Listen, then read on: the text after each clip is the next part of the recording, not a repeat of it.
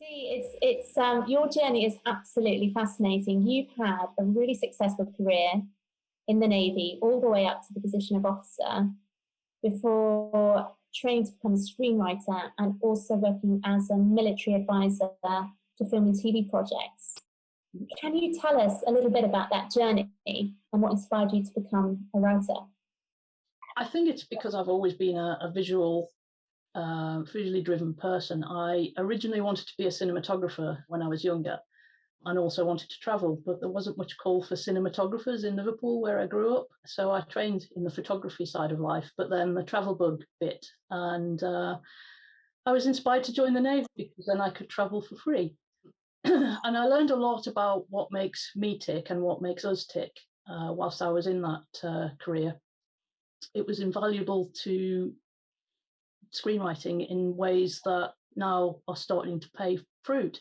Self-motivation, discipline, team dynamics, expectation management, collaboration, teamwork, battling the inner critic, overcoming adversity, rejection, all of those things that we face on a day-to-day basis were part of that career, the training and some of the jobs and some of the duties.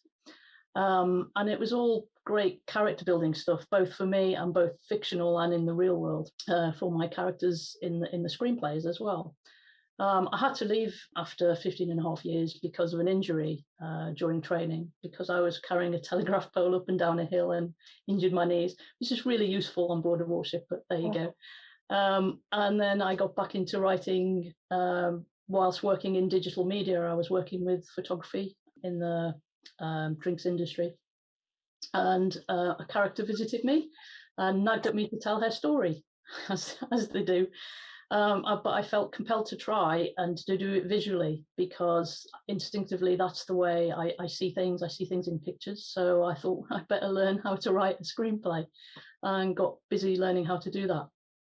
On my professional writing journey ever since, I've been lucky to have the support and encouragement of many super talented people, and I've also got the opportunity to collaborate and learn by doing when we brought some of those scripts to screen, which is just something I'd highly recommend. You know, it's not expensive these days. Just get out there and make something, because it just teaches you so much, but you end up with something which is, you know, it's great. And I think the thing that fascinates me about screenwriting, which is now my little guilty pleasure as well as a huge challenge, of course, is that my daydreams, which translate to little ink dots on pages, could one day create lots and lots of jobs here in the real world, but also create content that we can all be proud of, that entertains and moves people. And, you know, that's just magical to me.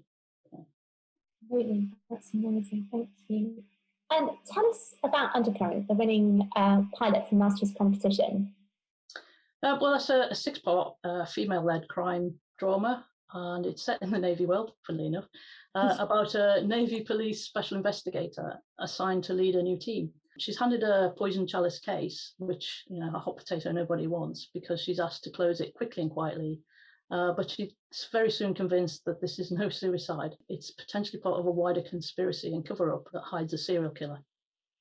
And she's determined to prove herself right and to prove this murder exists. And her relentless determination and zeal brings her into conflict with her superiors. And she risks her career and puts herself in personal danger from the killer who really does exist. And I've also framed each episode around another theme which relates to modern day challenges we all face as well: racism, sexism, homophobia, rank abuse, or abuse of power, if you like, assault. And I bring it all together at the end of the first series with the storyline that provides a satisfying ending, but also leaves the door open for a continued series, because of course, why not?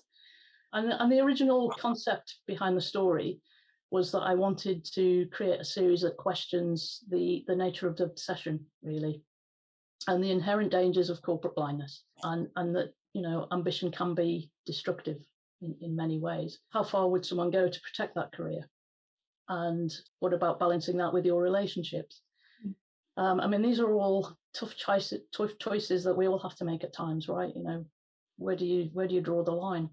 But really, I wanted to tell a story that at its very basic heart is about one woman's journey to stop believing the lies she's telling herself, that she's not good enough, which, you know, that's something we can all relate to too. So that's really where it all came from. I wanted to ask you, what are your day-to-day writing habits? Do you write every day? Do you have a kind of routine that you like to stick to or try to stick to? Well, it's always good to have a plan, because if you have a plan, this is something else you learn in the military. If you have a plan, you can deviate. Yeah, I try to write every day, but writing isn't just writing, it's research, it's reading books, it's watching other content, and that can be novels, it can be research into story, the real world stories. And the one thing I'd say is that social media is probably one distraction I can do without a lot more of still. I've tried to pull back from it a lot because it felt like work, but it isn't real work. As you can see, there's plenty of other stuff to read. So I guess all those books. No, I have these two shelves. My husband has all the others. Wow. Have you been on many screenwriting courses, or is it, have you say, I mean, you're a self-taught screenwriter, so did you just learn from books, or did you go on a course, or how did you learn?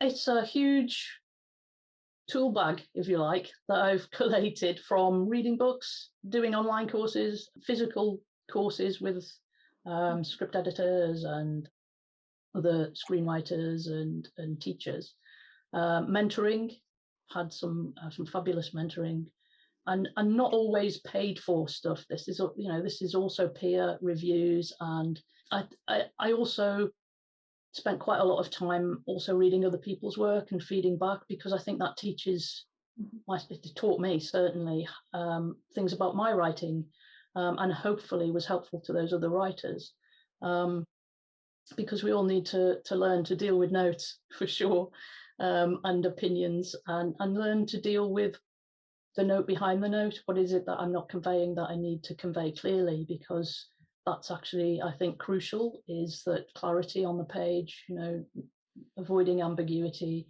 and showing your authentic voice and passion on that page is really important, because, you know, we all know what it's like to read something that you don't understand or feels a bit bland, but you can pick something up and it just grabs you, and that's really something to aspire to, something I certainly aspire to myself anyway. So